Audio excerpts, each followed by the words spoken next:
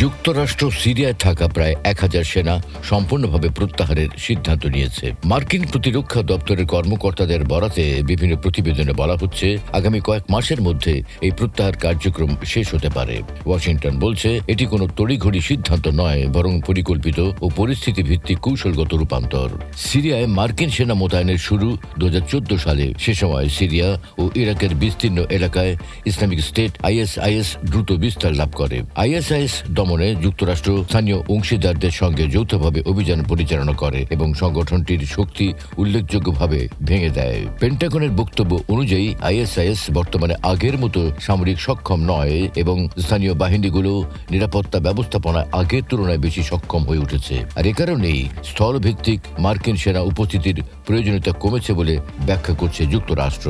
একই সঙ্গে যুক্তরাষ্ট্রের সামরিক কৌশলেও পরিবর্তন আসছে বলে ইঙ্গিত মিলছে। বিশ্লেষকদের মতে ওয়াশিংটন স্থায়ীভাবে বড় আকারের গ্রাউন্ড ডিপ্লয়মেন্ট কমিয়ে বিমান শক্তি, ড্রোন, দূরপাল্লার নজরদারি এবং সীমিত উপস্থিতির দিকে বেশি ঝুঁকছে।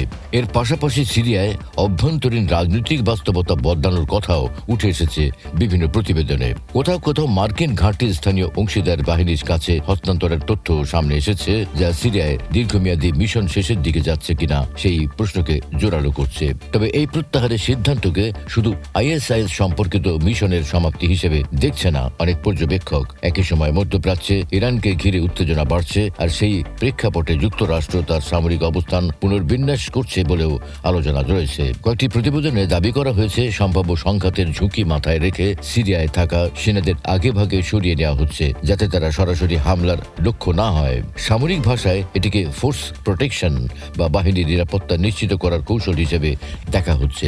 বিশ্লেষকদের ধারণা, পরিস্থিতি আরো জটিল হলে যুক্তরাষ্ট্র স্থল অভিযান নয়, বরং বিমান হামলা, ক্ষেপণাস্ত্র ও ড্রোন ভিত্তিক অভিযানের উপর নির্ভর করতে পারে। একই সঙ্গে সিরিয়া থেকে সরিয়ে নেওয়া সেনাদের ইরাক, জর্ডান বা পারস্য উপসাগরীয় অঞ্চলের গুরুত্বপূর্ণ ঘাঁটিতে স্থানান্তরের সম্ভাবনা আলোচনায় আছে। ফলে প্রশ্ন উঠছে, এটি কি ইরানের বিরুদ্ধে বড় সংঘাতের আগাম প্রস্তুতি, নাকি শুধু ঝুঁকি কমিয়ে নতুনভাবে অবস্থান নেওয়ার অংশ?